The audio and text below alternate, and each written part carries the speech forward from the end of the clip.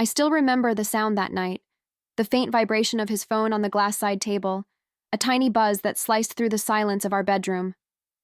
It was 11:37 p.m., the kind of hour when the house is too quiet, when even the refrigerator hum feels like a voice in your ear. I turned over and stared at the faint green glow from his screen. The name flashing was Zara. I didn't know any Zara. He had fallen asleep with one arm over his chest, breathing slow, heavy, like a man with nothing to hide. But I knew that vibration. I'd heard it before. It wasn't the first time his phone had come alive after midnight. For a moment, I told myself it was work. He often said, "You know how it is. Clients overseas, late-night calls, deadlines." And I had always believed him. Because that's what wives do, don't they? We believe. But that night, something inside me refused to rest. It wasn't jealousy. It wasn't paranoia. It was a quiet, gnawing instinct, the kind that whispers, something isn't right. Before that night, my world looked perfect from the outside. We'd been married for 6 years. Our home sat at the edge of the city, a 2-story house with yellow walls and a small balcony I'd turned into my garden. I used to joke that the only thing I'd ever successfully grown there was love. I worked as a part-time teacher at a nearby school. My husband, Imran, was a project manager for a tech company. He was ambitious, confident, and had a way of making people feel seen, especially me. At least in the beginning, when we married, we didn't have much. Just a one-room apartment and too many dreams. I supported him through his MBA, managing bills, taking extra tutoring hours. He used to say, "You're my backbone. Aisha, I'll never forget what you've done for me." And I believed that too. Our mornings were always soft. He'd leave early, kiss my forehead, whisper, "See you soon." I'd pack his lunch, smooth his shirt, watch him drive off through the dusty morning light. We weren't extravagant. We didn't party or travel much. But we had a rhythm. We had trust. Sometimes on weekends he'd cook. His favorite dish was chicken karahi, extra ginger, no green chilies. He'd hum old songs while stirring the pan, always slightly offbeat. I used to watch him from across the kitchen and think, this is happiness, simple, safe. But slowly, the rhythm began to shift. It started with late nights, then early mornings, then excuses. Just one more client meeting. Aisha. Deadline pressure, love? You wouldn't understand, it's office politics. He said it so casually, like he'd said it 1,000 times before. The first time he came home past midnight, I waited with dinner. By the time he arrived, the curry was cold, and so was my patience. He looked tired, or maybe guilty. But I didn't ask. I just reheated the food, told him to eat before it got cold again, because wives like me, we fix things quietly. A few months before the night of the vibration, I'd started noticing small inconsistencies. A lipstick stain on the inner lining of his jacket, not red, more of a dusty pink, like the ones I never wore. A hotel keycard in his laptop bag, and the faint scent of women's perfume, floral, expensive, clinging to his sleeves. I remember asking gently, half smiling, "Someone's perfume is following you home these days." He laughed, leaned in, and said, "That's probably from the new client." She hugged everyone at the meeting. "Don't start your detective work, Aisha." He said it playfully, but there was a sharpness underneath. A warning. After that, I didn't ask again. But I started noticing everything. His phone, always face down. The sudden password change. The way he smiled at messages he wouldn't show me. I'd lie awake some nights, watching the soft rise and fall of his chest, and wonder, who are you thinking about when you turn away from me? Still, I convinced myself I was imagining things. We all tell ourselves stories when we're scared. Mine was that I was just insecure. That marriage sometimes grows dull, and this was just a phase. But that illusion ended the night his phone buzzed with Zara. The moment I saw that name, something inside me clicked open. He'd left his phone unlocked. He almost never did. I told myself, just one look. Just to stop the overthinking, I picked it up. My hand was trembling, but my curiosity burned stronger than my guilt. The chat window was open. "Good night, John. Don't forget to call me tomorrow. Our anniversary deserves more than a text." I froze. My eyes flicked up to the date, 3 months earlier. Their anniversary, I scrolled up. Hundreds of messages, voice notes, photos, even a marriage certificate. A real certificate. His name, her name, dated nearly 2 years ago. 2 years. I felt the world tilt. My knees went weak, and I sat down on the edge of the bed, still holding his phone. There were pictures of them together, at a restaurant, at what looked like her parents' home. She was smiling, radiant, wearing a gold ring that matched his, and then her voice note played accidentally. I miss you, Imran. I wish we didn't have to hide this. You promised we'd live together soon. My breath caught. My stomach twisted. I felt like I was falling endlessly into something dark. I wanted to scream. Throw the phone. Wake him up and demand answers. But I didn't. Instead, I sat there frozen, my heart breaking quietly while he snored beside me. That night, I learned something terrifying. It's not the shouting or the crying that hurts most. It's the silence of realizing you've been living a lie. I didn't sleep. Not for a second. By dawn, the light through the curtains looked cruelly normal. The birds still sang. The world went on as if nothing had happened. But I had changed. He woke up, stretched, kissed my forehead like always, and said, "You look tired." Couldn't sleep? I stared at him, searching for some flicker of guilt, some trace of the man I married. He just smiled and said, "Don't worry, I'll be home late, big project due." And that's when I knew he wasn't just cheating. He was living 2 lives. That morning I didn't cry. I didn't even speak much. I just stood by the window after he left, staring at the trail of dust his car left behind. My hands were still trembling, my throat dry, my heart beating so hard it almost drowned out my thoughts. It was strange. The pain wasn't loud. It was quiet, like a deep, dull ache that sits behind your ribs and waits. I sat at the dining table, staring at our half-empty teacups. His was always on the right, mine on the left. A pair just like us, except one was already cold. For the rest of the day, I moved through the house like a ghost. I folded his shirts. I made lunch. I even sent him a text asking if he'd eaten, just to keep up appearances. His reply came back instantly. "Yes, love." "Don't wait for me tonight. Might be late again." The same words. The same lie. And that's when something hardened inside me. For years I had supported him, believed him, defended him. Now I wanted truth, not tears, not pity. Truth. I knew I couldn't confront him yet. Not without proof that couldn't be denied. Not without a plan. I printed the WhatsApp messages. Every single one. The marriage certificate, the photos, even the screenshots of her profile picture. I put them in a plain brown envelope and hid it in my cupboard, behind my old winter shawls. Then I started observing. For the next week, I played my part perfectly. The loving wife, the trusting partner. He didn't notice the difference. He was too comfortable, too confident. Every evening, he'd come home late, take a shower, and lie beside me as if nothing had changed. Sometimes he'd even joke, "You don't ask where I've been anymore. Have you stopped caring?" And I'd smile, quietly thinking, "Oh, Imran, I haven't stopped caring. I've just started watching." I began keeping track of his schedule. When he left, when he returned, which shirt he wore, what perfume lingered. One Friday, I told him, "I'm visiting my cousin in Lahore for a few days." He nodded absently, barely listening. "Sure, enjoy yourself," he said. "I might be out of town too, meetings in Islamabad." Perfect, but I didn't go to Lahore, and he didn't go to Islamabad. That Friday afternoon, I followed him. It was easy. He left his car keys on the dresser, and I knew the model of the black Corolla he drove for work. I borrowed my friend Sana's car. She didn't ask questions. She just saw my face and handed me the keys. I kept a distance as he drove through the city, past the office district, through smaller roads, until he turned into a narrow street near Gulshan Colony. He parked outside a modest white house with blue iron gates. My hands clenched the steering wheel. A woman opened the gate, slim, maybe in her late 20s, wearing a peach-colored dupatta.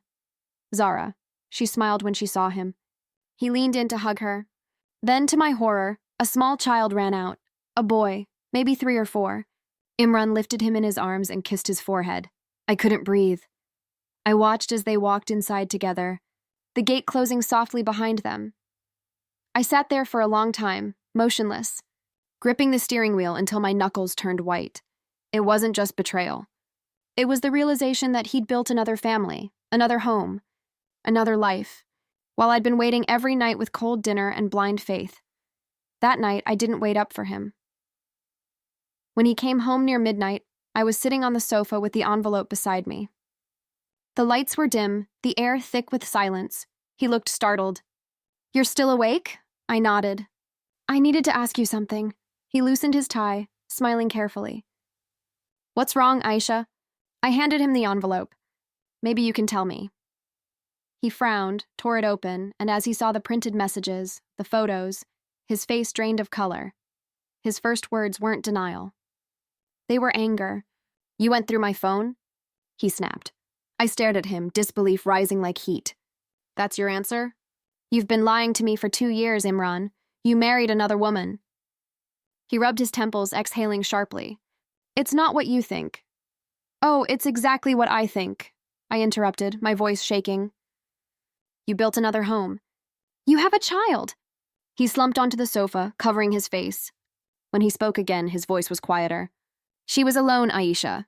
Her parents pressured her into an engagement she didn't want. I helped her. It just happened." I laughed, a bitter, hollow sound. "It just happened? You don't accidentally marry someone, Imran." He didn't meet my eyes. "I never meant to hurt you. You're my wife, too. I love you both." I felt something inside me snap. "Love?" I whispered. "You don't love. You collect. You collect women who fill your ego, who make you feel like a good man." He looked away, guilt flickering across his face. "You don't understand the pressure I'm under," he muttered. I stood up slowly. "You're right, I don't, because I've spent 6 years protecting you from that pressure. Supporting you, trusting you, and while I was saving you, you were saving someone else." He tried to reach for my hand. I pulled away. For the first time, I saw him, not as my husband, but as a stranger sitting in my living room, surrounded by the ruins of what used to be my faith. That night, I packed a small bag. He asked, "Where are you going?" "To think," I said. He followed me to the door. "Aisha, please, don't tell anyone. I'll fix this. Just give me time." I looked at him, the same man who once made me laugh until I cried, and said quietly, "You've already had enough time, Imran. 2 years of it." I closed the door behind me. For the first time in our marriage, the sound of silence felt like freedom. When I left that night, I didn't have a plan. I just drove. No destination, no direction, just away. The city lights blurred through my tears. Every streetlight looked like a memory. The restaurant where he once surprised me with roses. The park where we used to walk on Sundays. Each place whispered, "You didn't see the signs." By dawn, I reached my friend Sana's house. She opened the door in her nightgown, eyes widening at the sight of me. "Aisha, what happened?" I didn't answer. I just fell into her arms and sobbed like a child. For the next 2 days, I stayed there, barely eating, barely sleeping. Sana made me tea, wrapped me in blankets, and listened. When I finished telling her everything, she said only one thing. "Aisha, you can cry now. But don't break. You've been too strong for too long to let him destroy you." By the 3rd day, the tears stopped coming. Something in me shifted. It wasn't forgiveness, and it wasn't rage. It was clarity. Imran's betrayal had ended one version of my life, but it had also given me a strange kind of power, the power to choose what came next. I wasn't the naive woman who believed every excuse. I wasn't the wife waiting by the window. Not anymore, so I went home. When I entered, the house was silent. He was sitting on the couch, eyes red, face unshaven. "You're back," he said quietly. "I came to get my things," I replied, walking past him. He followed me into the bedroom. "Aisha, please." I made a mistake. "But I can fix this." "I'll leave her." I stopped and turned. "You have a child with her, Imran. You think walking away fixes that?" He looked down, defeated. "I didn't plan for this. I just didn't know how to stop." I stared at him for a long moment, then said, "You know what's worse than betrayal? Cowardice. You wanted both lives. Now you'll lose both." He opened his mouth to speak, but I was already packing my suitcase. When I reached for the brown envelope, the one with all the proof, I saw his eyes flicker nervously. "You won't show anyone that, will you?" he asked, voice trembling slightly. I paused, holding the envelope in my hands. I haven't decided yet. A week later, I went to see Zara. Not to fight, not to humiliate, to end the circle of lies once and for all. She lived in the same white house I'd seen that day. When she opened the door and saw me, her face turned pale. You're... Yes, I said softly. The other wife. She stood frozen for a moment, then stepped aside silently. Inside, toys were scattered on the carpet. A little boy was playing with building blocks. He looked up at me with curious eyes. I felt my throat tighten. None of this was his fault. I didn't come to blame you, I said, sitting down. I just need to know the truth. Did you know about me? Tears welled in her eyes. He told me you couldn't have children. That you knew. That you agreed to let him marry again. My stomach dropped. He said that? She nodded, wiping her cheeks. I wouldn't have done this otherwise. I thought you were okay with it. I felt something heavy lift off my chest. Not relief, but understanding. He had built his world on lies. For both of us. I'm sorry, Zara whispered. If I'd known, I shook my head gently. You were lied to just like I was. I looked around the small living room, modest but warm. This house deserves peace, I said quietly. And so does mine. But that won't happen until the truth is out. The next morning, I went to Imran's office. He was in a meeting when I arrived, his assistant startled to see me. I'll wait, I said calmly. When he came out, he looked both angry and scared. What are you doing here? I held out the envelope. Ending your game. He stepped closer, lowering his voice.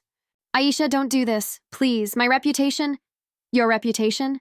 I interrupted. You cared about that more than your family. He looked around nervously. Let's talk somewhere private, but I shook my head. No, the time for private is over.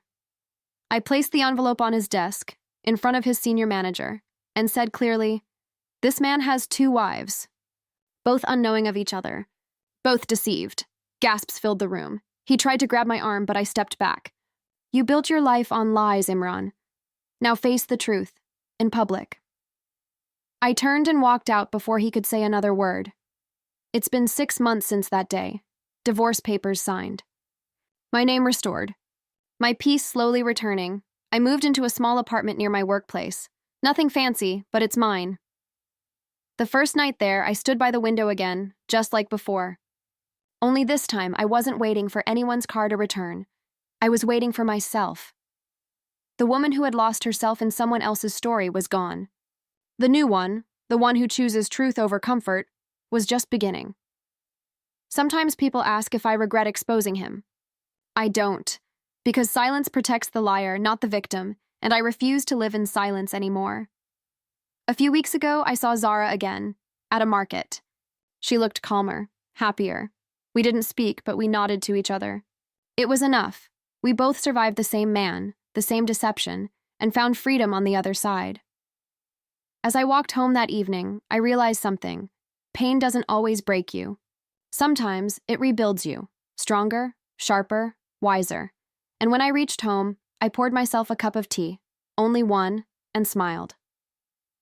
For the first time, it didn't feel lonely. It felt peaceful. 6 months passed quietly, like a long sigh after years of holding my breath. I learned to live alone again, and surprisingly, it wasn't loneliness that met me, it was peace.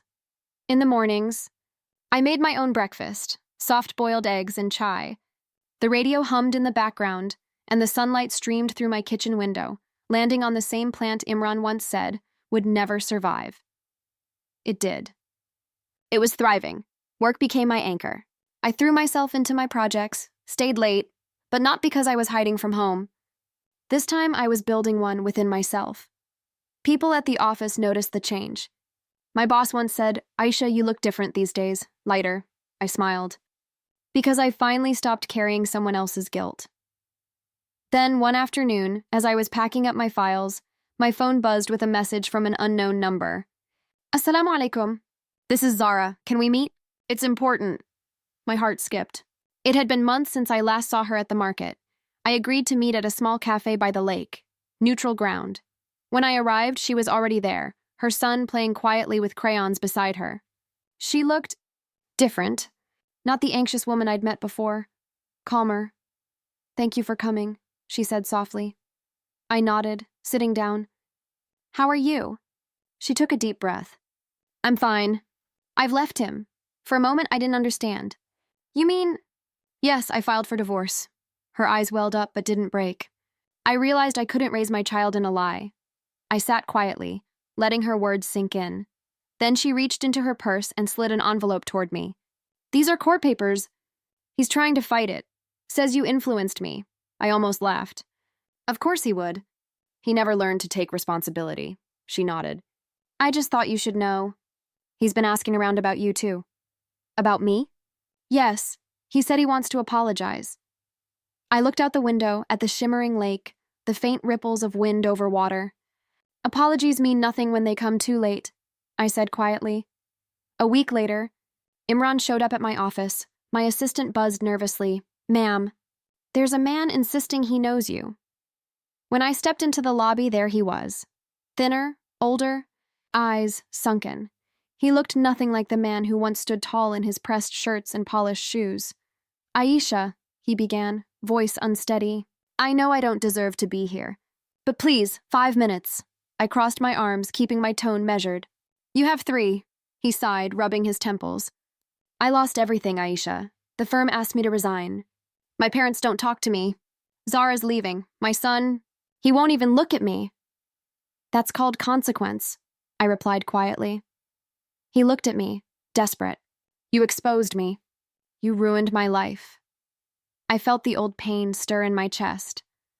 But this time, it didn't consume me. "I didn't ruin your life, Imran," I said. "You did that yourself. I just stopped covering it up." He flinched, then whispered, "Do you hate me?" I paused. The question hung heavy between us. "No," I said finally. "Hating you means you still matter." "You don't. Not anymore." He looked like he wanted to argue, but my calmness disarmed him. "I just wanted to say I'm sorry," he said quietly. I gave a small nod. "Then say it for the right reason. Not to ease your guilt, but to acknowledge the pain you caused. That's what real repentance looks like." He nodded slowly, eyes glistening. "I hope you find peace, Aisha." "I already have," I said, turning to leave. The Rebuin, the months that followed, life began to bloom again, in unexpected ways. I started volunteering at a local women's support group. Women like me, who'd lost trust, love, or even their voice in relationships that demanded silence. Every Thursday evening, we sat in a circle with steaming cups of tea, sharing our stories. One woman, Shabnam, said through tears, "I thought I was the only one living in shame." I smiled gently. "You're not alone. Shame only survives in silence. Once you speak, it loses its power." Those sessions became my therapy too. For the first time, I saw purpose in my pain. One evening after the meeting ended, a young woman approached me. "You're Aisha Ahmed, right? The one who spoke about her husband's second marriage?" I nodded slowly, unsure. She smiled shyly. "Your story gave me courage.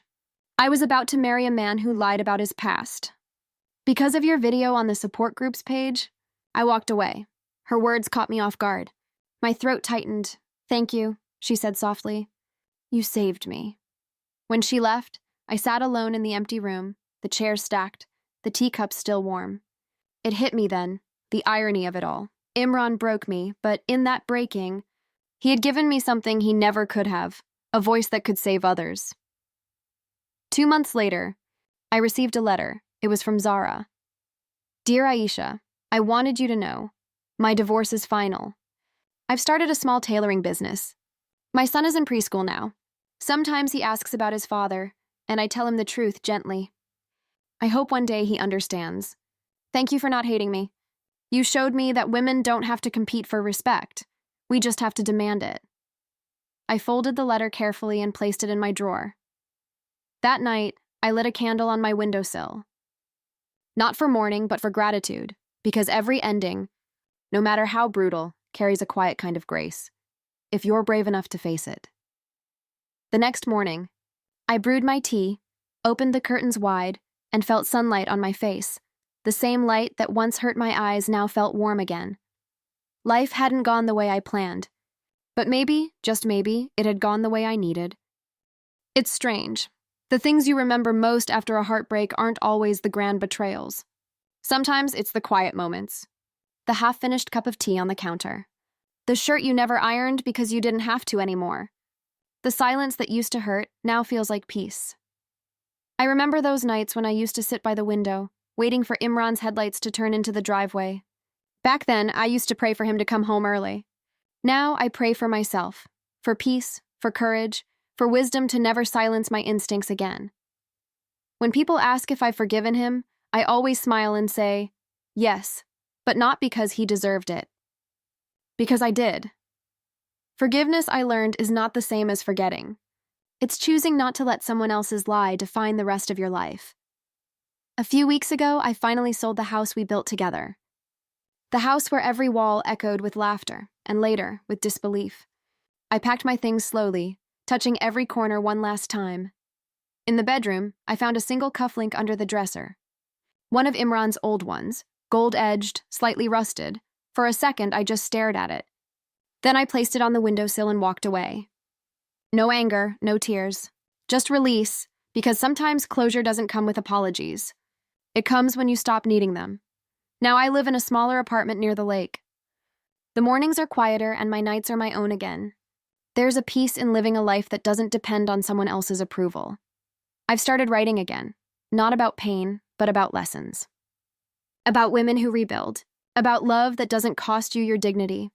Every story I write, every voice I amplify, reminds me, survival isn't about moving on, it's about becoming. One afternoon, as I was walking home from the market, I saw Zara again. She was holding her son's hand, both of them laughing as they chased a kite. When she saw me, she waved, a real full smile. That moment stayed with me for days. Two women, once bound by the same lie, now standing in their own truths. That's what healing looks like, not forgetting what happened, but using it to light the path ahead. Sometimes when I look back, I still wonder, did I miss the signs? Should I have known sooner? But then I remind myself, love blinds us not because we're weak, but because we hope. And hope, even when misplaced, is not a flaw. I learned that no one can protect your peace better than you can. That silence in the face of betrayal is not strength, it's surrender. And that when you finally decide to speak your truth, even if your voice shakes, the world begins to change around you.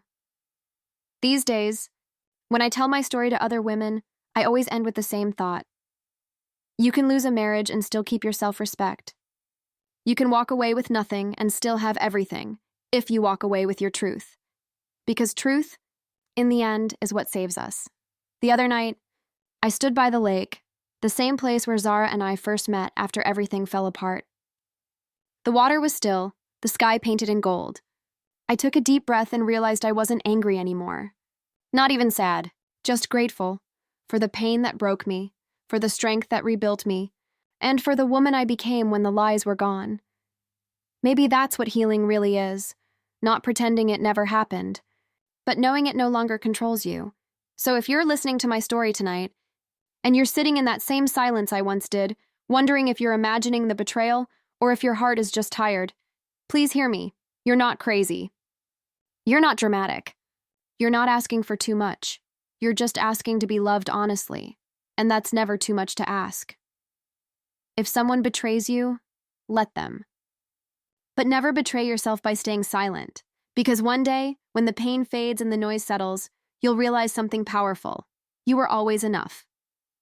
Even when someone else couldn't see it, and when that day comes, you'll stand in the sunlight the way I did and whisper to yourself, I survived. I'm free. And I will never, ever apologize for choosing myself. Would you have done what I did? Would you have stayed silent or spoken your truth, no matter the cost? Tell me in the comments. And if my story touched you, don't forget to subscribe, because sometimes the hardest stories to tell are the ones that help someone else finally speak.